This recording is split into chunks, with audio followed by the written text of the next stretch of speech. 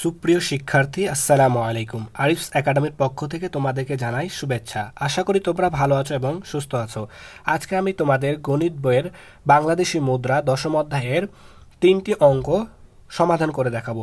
গত পর্বেও আমরা 3টি অঙ্ক সমাধান করে দেখেছি। এই পর্বেও আমরা 3টি 9, 10 এবং 11 এই 3টি অঙ্কের সমাধান করব। ঠিক আছে, তো চলো 9 নাম্বার অঙ্ক দিয়ে শুরু করা যাক।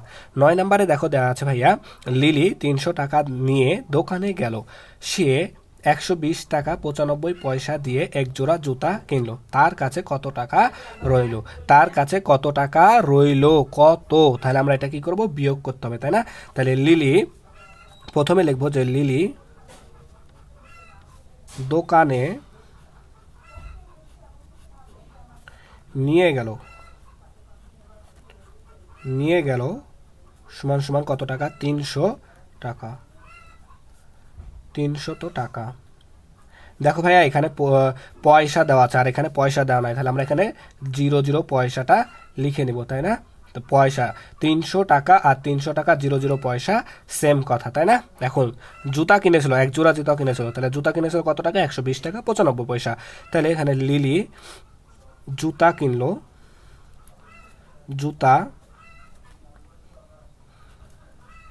কিনলো সমান সমান কত টাকা? 120 টাকা 95 পয়সা, তাই না?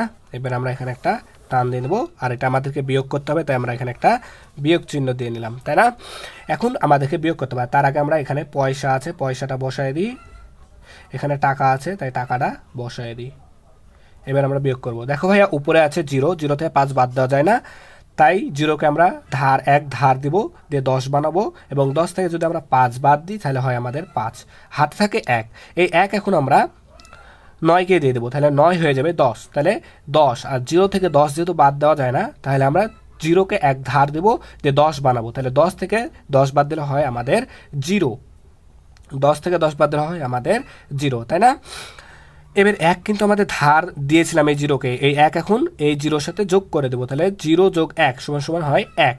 আর উপরে আছে দেখো ভাইয়া 0, 0 থেকে 1 বাদ দেওয়া যায় না, তাহলে 0কে 1 ধার দিয়ে 10 বানাবো, তাহলে 10 থেকে যদি আমরা 1 বাদ দিই তাহলে হয় আমাদের 9। হাতে থাকে 1, এই 1 এখন 2কে দিয়ে দিব, তাহলে 2 হয়ে যাবে আমাদের 3, তাই না? 3।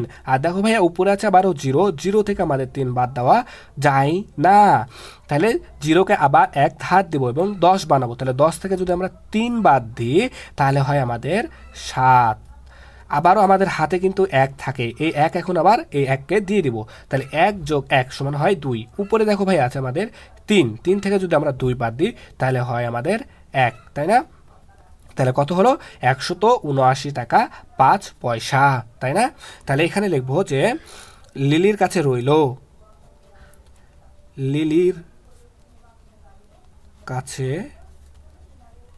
রইল সমান সমান এত টাকা। তাহলে উত্তর আমাদের 179 টাকা 05 পয়সা, তাই না? এটাই আমাদের উত্তর এটার। এবার আমরা 10 নম্বরটা সমাধান করব। দেখো ভাইয়া, 10 নম্বরে বলছে যে ডেভিডের 542 টাকা 78 পয়সা আছে, তার মামা তাকে আরও 300 টাকা 55 পয়সা দিল। এখন ডেভিডের মোট কত টাকা হলো? এই যে ভাইয়া, এখানে দেখো বলেই দিয়েছে মোট, তাহলে মোট মানে কি আমাদের যোগ করতে হবে, তাই না? তাহলে আমরা এখানে কি লিখবো? যে ডেভিডের কাছে আছে প্রথমে, তাই লিখবো ডেভিডের কাছে আছে কত টাকা? ডেভিডের কাছে আছে 542 টাকা 78 পয়সা। 542 টাকা 78 পয়সা। আর তার মামা কত দিয়েছে? তার মামা তাকে আরও 300 টাকা 55 পয়সা দিয়েছে। তাহলে এটা আমরা এখানে লিখি, তার মামা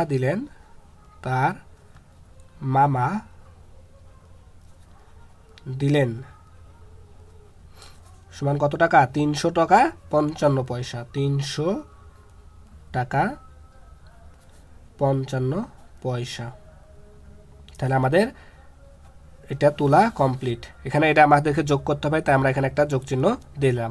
এখানে পয়সা আছে, তাই পয়সা সুন্দর করে বসাই দিলাম, এখানে টাকা আছে তাই টাকাটা বসাই দিলাম। এবার যোগ করব, তাহলে দেখো হচ্ছে উপরে আছে 8, নিচে আছে 5, তাহলে 8 আর 5 যোগ করলে কত হয়? 8 আর 5 হয় আমাদের 13, 13-র 3 বসবে, হাতে থাকবে 1, তাই না? এখানে এই 1 এখন 5-এর সাথে যোগ করে দেবো, তাহলে 5 আর 1-এ 6 হয়, আর উপরে আছে 7, তাহলে 7 আর 6 হয় 13, 13, 3, হাতে থাকবে আবারও 1, এই 1 এখন এসে 0-র সাথে যোগ হয়ে যাবে, তাহলে 0 যোগ 1 সমান হয় 1, আর উপরে আছে 2, তাহলে 2 আর 1-এ হয় 3, তাই না? আর 4-এর সাথে 0 যোগ করলে 4ই হয়, আর উপরে আছে 5, নিচে আছে 3, তাহলে 5 যোগ 3 হয় 8, তাই না? তাহলে 843 টাকা 33 পয়সা। তাহলে এখন ডেভিডের মোট টাকা হলো, তাই লিখে দেবো এখানে ডেভিডের মোট টাকা হলো সমান এত, কত? 843 টাকা 33 পয়সা। উত্তর 843 টাকা 33 পয়সা। আশা করি বুঝতে পেরেছ। এবার আমরা 11 নম্বরটা সমাধান করব। তো এবার 11 নম্বর প্রশ্নটা পড়ো, দেখো ভাইয়া কি বলছে। 128 টাকা 50 পয়সা বিয়োগ 77 টাকা 25 পয়সা, ঠিক আছে, সমান সমান এত টাকা। এখানে একটা উত্তর হবে। গাণিতিক বাক্যটি দিয়ে একটি গল্প তৈরি করো। তো এই গল্পটা তুমি তোমার নিজের মতো করে বানাবা, ঠিক আছে। আর ধরো আমি তোমাকে একটি আইডিয়া দিয়ে দিয়েছি। ধরো লিখবা যে আবিদ 128 টাকা 50 পয়সা নিয়ে দোকানে গেল। আবিদ 77 টাকা 25 পয়সা দিয়ে এক জোড়া স্যান্ডেল কিনলো। তাহলে আবিদের কাছে কত টাকা রইবে? ঠিক আছে, এরকম তুমি আরও তোমার নিজের মতো করে গল্পটা তৈরি করতে পারো। যা এখানে আমি তোমাকে জাস্ট খালি এটার উত্তরটা মানে সমাধানটা করে দিচ্ছি, ঠিক আছে। দেখো প্রথমে লিখবো, তুমি যেভাবে গল্প বানাবা ওই গল্প অনুসারে লিখবা, কথাগুলো লিখবা। এখানে যেহেতু আমি গল্প বানাচ্ছি না, শুধুমাত্র উত্তরটা করে দিচ্ছি, তাই আমি এভাবে লিখছি যে দেখো ভাইয়া 128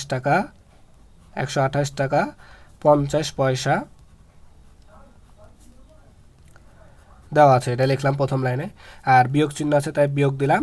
আর এখানে আছে 77 টাকা 25 পয়সা, ঠিক আছে। তুমি গল্পটা সুন্দর করে নিজের ভাষায় বানাবা, ঠিক আছে। এবার আমরা বিয়োগ করব, তার আগে এখানে পয়সা আছে তাই আমরা এখানে পয়সা দিয়ে নিলাম, এখানে টাকা আছে তাই আমরা টাকা দিয়ে দিলাম, ঠিক আছে। দেখো ভাইয়া বিয়োগ করব, তো উপরে আছে 0, নিচে আছে 5, তাহলে 0 থেকে 5 বাদ দেওয়া যায় না, তাই 0-কে এক ধার দিয়ে আমরা 10 বানাবো। তাহলে 10 থেকে যদি আমরা 5 বাদ দিই তাহলে হয় আমাদের 5, তাই না? এখন আমাদের হাতে আছে 1, এই 1 এখন আমরা 2-কে দিয়ে দেবো, তাহলে 2 আর 1-এ হয় 3। উপরে আছে 5, নিচে আছে 3, তাহলে 5 থেকে 3 বাদ দিলে হয় আমাদের 2, তাই না? তাহলে হয়ে গেল। আর উপরে আছে দেখো এই পাশে আছে 8, উপরে আছে 8, নিচে আছে 7, তাহলে 8 থেকে যদি আমরা 7 বাদ দিই তাহলে হয় আমাদের 1। তারপরে এখানে আছে দেখো উপরে 2, নিচে 7, তো 2 থেকে 7 বাদ দেওয়া যায় না, তাহলে 2-কে এক ধার দিয়ে 12 বানালাম। হ্যাঁ, মনে মনে এক ধার দিব, তাহলে 2 হয়ে যাবে 12, 12 থেকে যদি আমরা 7 বাদ দিই তাহলে হয়ে যাবে আমাদের 5, তাই না?